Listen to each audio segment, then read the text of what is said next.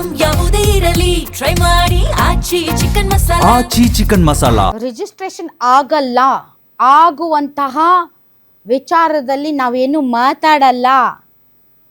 ನಾವು ಬ್ರಿಟಿಷರ ಕಾಲದಲ್ಲೇ ಸಂಘ ಇದ್ದದ್ದು.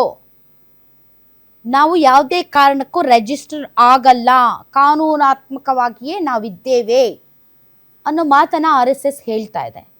ನಾಳೆ ಇನ್ನೊಂದು ಸಂಘಟನೆ, ನಾನು ಧರ್ಮದ ಪರ ಕೆಲಸ ಮಾಡ್ತಾ ಇದ್ದೀನಿ, ನಾನು ಹಿಂದೂಗಳ ಪರ ಕೆಲಸ ಮಾಡ್ತಾ ಇದ್ದೀನಿ, ನಮ್ಮದು ಕೂಡ ವ್ಯಕ್ತಿಗಳ ಗುಂಪು, ನಾವು ರಿಜಿಸ್ಟರ್ ಆಗಲ್ಲ ಅಂತ ಮುಂದೆ ಬಂದರೆ ಏನು ಮಾಡ್ತಾರೆ?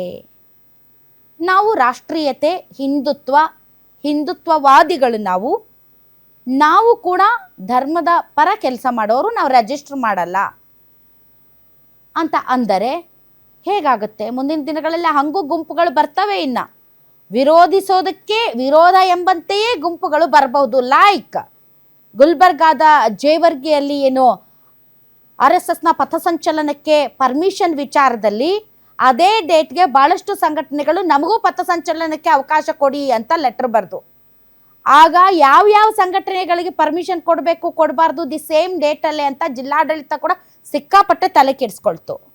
ಇವತ್ತು RSS ಹೇಳ್ತಾ ಇದೆ ನಮಗೆ ರಿಜಿಸ್ಟರ್ ಮಾಡಿಸ್ಕೊಳ್ಳುವಂಥ ಅವಶ್ಯಕತೆ ಇಲ್ಲ, ನಮ್ಮದು 100 ವರ್ಷದ ಸಂಘಟನೆ, ನಾವೆಲ್ಲವೂ ಕೂಡ ದೇಶ ವಿರೋಧಿ ಕೆಲಸ ಏನು ಮಾಡ್ತಾ ಇಲ್ಲ, ನಾವು ಧರ್ಮದ ಪರವಾಗಿ ಕೆಲಸ ಮಾಡ್ತಾ ಇದ್ದೀವಿ, ಹೀಗಾಗಿ ನಾವು ರಿಜಿಸ್ಟರ್ ಮಾಡ್ಕೊಳ್ಬೇಕಾಗಿಲ್ಲ, ನಾವು ಕಾಗದ ಪತ್ರಗಳನ್ನು ಇಟ್ಕೊಳ್ಬೇಕಾಗಿಲ್ಲ, ನಮಗೇನು ದಾಖಲೆಗಳು ಬೇಕಾಗಿಲ್ಲ ಅಂತ ಅವ್ರು ಹೇಳ್ತಾ ಇದ್ದಾರೆ.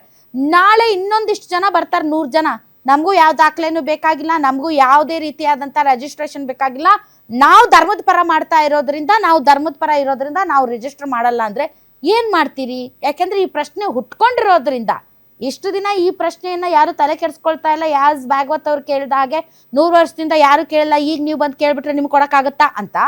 100 ವರ್ಷ ಕೇಳದೇ ಇರ್ಬೋದು, ಈಗ ಮುಂದಿನ ದಿನಗಳಲ್ಲಿ ಕೇಳ್ಬಹುದಪ್ಪ ಜನ, ನಾವು ರಿಜಿಸ್ಟರ್ ಮಾಡಲ್ಲ, ನಮ್ಮನ್ನು ಹಂಗೆ ಬಿಟ್ಬಿಡಿ ಅಂತ. ಸೊ ಈ ಥರದ ವಿರೋಧಾಭಾಸಗಳು ಎದುರಾಗುವಂಥ ಸಾಧ್ಯತೆ ಇದೆ.